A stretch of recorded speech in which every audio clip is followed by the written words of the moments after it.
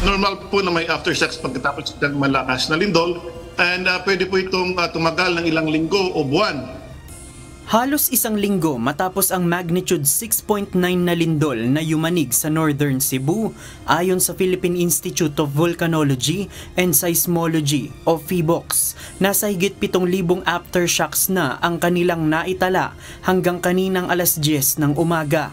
Pero ayon kay PHIVOLCS Director Teresito Bacolcol, 31 lamang dito ang naramdaman kung saan umaabot sa magnitude 5.1 hanggang magnitude 1.0 ang lakas ng aftershock. Karamihan dito ay mahina lang at hindi naramdaman ng tao, pero patuloy pa rin ang ating monitoring dahil may mga naitala pa rin maliliit na pagyanig sa paligid ng fault.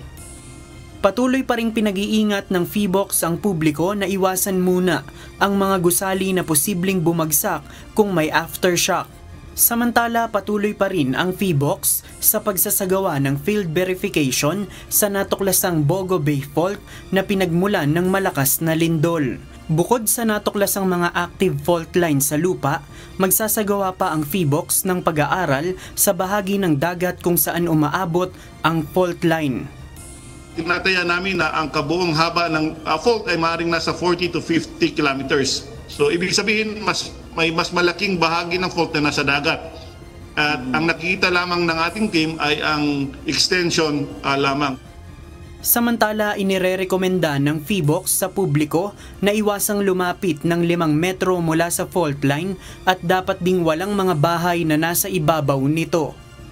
Kung may bahay na nakatayo on top of an active fault, kahit saan naman sa Pilipinas, basta ang sinasabi natin, dapat walang bahay na tinatayo on top of an active fault. JP Nunez, UNTV, News and Rescue. Diyos ang aming sandigan, serbisyo publiko ang aming pinahahalagahan.